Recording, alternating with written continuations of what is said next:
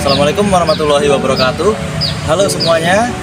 Sebelumnya saya ucapkan selamat kepada adik-adik kelas 10 dan juga kelas 11 yang telah terseleksi oleh sekolah untuk mengikuti Olimpiade Sains Nasional tingkat kota.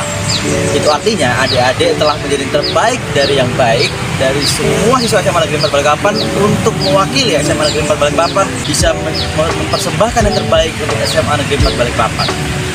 Sebelumnya perkenalkan saya Ridha Nur Arafah. Saat ini saya di kelas 12 IPS 1 dan sebelumnya saya juga pernah berada di posisi adik-adik yaitu sebagai peserta dari Olimpiade Sains Nasional. Saya merupakan peserta Olimpiade Sains Nasional di tahun 2021 dan 2022 dengan beberapa predikat keberhasilan yang saya raih. Di antaranya yang pertama, juara 1 Olimpiade Sains Nasional tingkat kota bidang ekonomi, lalu juara 1 Olimpiade Sains Nasional tingkat provinsi bidang ekonomi, lalu peserta dari Olimpiade Sains Nasional tahun 2021.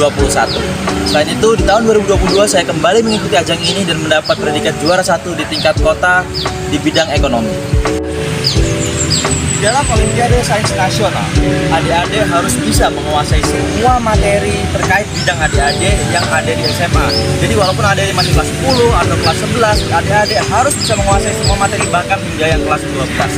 Saya pun dulu seperti itu, saya pertama kali ikut pada saat masih kelas 10, baru masuk SMA dan saat itu kondisi sedang pandemi.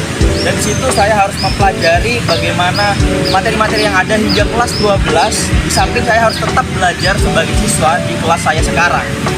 Nah, untuk bisa mengaturnya, saya menggunakan dua fokus utama media, yaitu yang pertama adalah dari ranah YouTube, lalu yang kedua adalah dari soal-soal tahun sebelumnya. Agar pemahaman lebih masuk kepada kita bisa melihat referensi dari video-video penjelasan mengenai materi yang ada di YouTube. Kalian bisa mencari berbagai channel-channel yang terkait dengan bidang kalian sesuai dengan subbab apa saja materi yang ingin kalian pelajari. Jangan langsung mencari semua materi dalam satu waktu. Saya biasanya mencari satu bab materi dalam satu kali menonton YouTube sehingga lebih fokus dan bisa lebih menguasai apa yang disampaikan oleh video tersebut.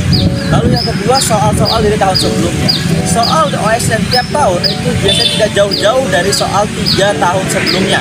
Jadi jika saat ini adik-adik berada di 2023, berarti adik-adik harus mencari soal di 2022, 2021, dan 2020. Kerjakan soal-soal yang ada karena biasanya tipe-tipenya sama seperti itu, hanya diubah angka dan juga beberapa hal yang harus menyesuaikan kondisi pada tahun adik-adik menjalaninya.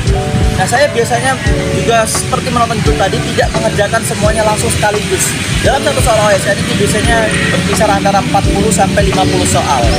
Nah, itu kita kerjakan secara bertahap. Biasanya saya dalam satu hari saya hanya mengerjakan 5 soal dulu.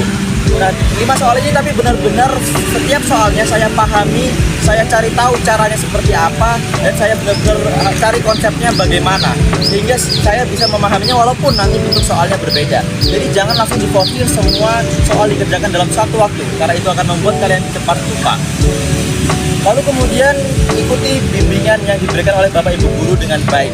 Bapak Ibu Guru tiap bidang pastinya akan memberikan bimbingan. Walaupun mungkin waktunya terbatas, disitulah kalian harus benar-benar memanfaatkan. Ketika sedang ada bimbingan, kalian harus bertanya sebanyak-banyaknya semua hal yang kalian tahu, bahkan yang kalian belum tahu, bahkan kalian sekecil apapun harus ditanyakan. Sehingga kalian tidak ada kebingungan sama sekali ketika menjalaninya nanti. Jangan malu terhadap Bapak Ibu Guru, terbukalah untuk kemajuan kalian. Selain penguasaan soal, yang tidak kalah penting ketika menghadapi OSN adalah mindset dan mental. Mindset kalian harus benar-benar tertanam dengan baik. Yang pertama, jangan pikirkan kemenangan.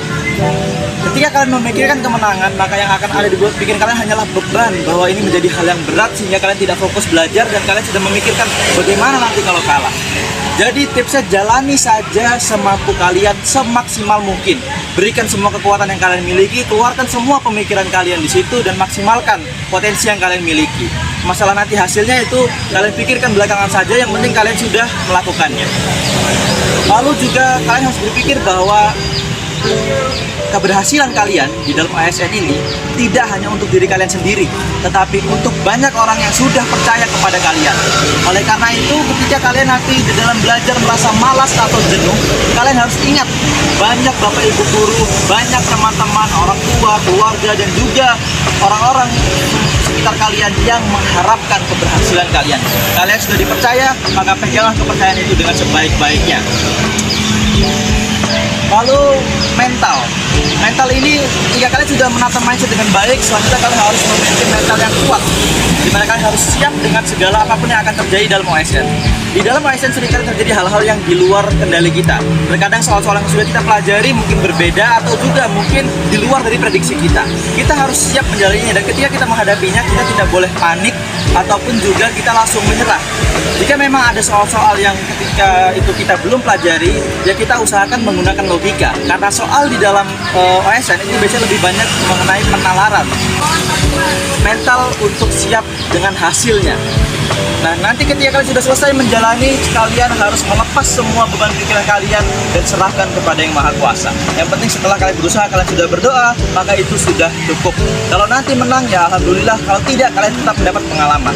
Karena sepengalaman saya kemarin, dengan mengikuti OSN ini, saya mendapatkan materi yang jauh lebih di atas teman-teman saya. Jadi ketika saya naik kelas, ketika saya ke tingkat selanjutnya, saya sudah lebih tahu materinya. Ketika Bapak Ibu Guru menjelaskan seperti ini, teman-teman saya yang lain belum tahu, saya sudah menguasainya karena saya sudah lebih dahulu mempelajarinya ketika OSN. Saya sendiri merasakan bahwa dengan mempelajari hal-hal yang ada di OSN, saya bisa meningkatkan nilai-nilai akademik saya sehingga bisa digunakan untuk seleksi masuk perguruan tinggi negeri. Alhamdulillah kemarin saya masuk ke dalam jalur undangan melalui eligible dan mengikuti seleksi nasional berdasarkan prestasi, dan di sana alhamdulillah saya dinyatakan lulus menjadi calon mahasiswa baru di Universitas Airlangga Ilmu Hubungan Internasional. Ini juga tidak terlepas dari usaha yang saya lakukan ketika Olimpiade Sains Nasional, di mana ilmu-ilmunya juga akan berguna. Jangan berpikir bahwa OSN ini hanya kompetisi, hanya untuk sekolah, tidak. Ini untuk diri kita sendiri juga, untuk masa depan kalian. Jadi jangan lelah belajar. Kalau ada apa-apa, kalian bebas bertanya ke siapa saja, dan harapannya bahwa OSN tahun ini bisa membawa kebanggaan bagi SMAPA. Karena info yang saya dapatkan juga bahwa tahun ini tingkat nasionalnya akan dilaksanakan secara offline, yaitu di Kota Bogor, Provinsi Jawa Barat, di mana sebelumnya itu dilaksanakan online pada saat zaman saya. Jadi saya menunggu kesuksesan kalian di titik terbaik kalian masing-masing.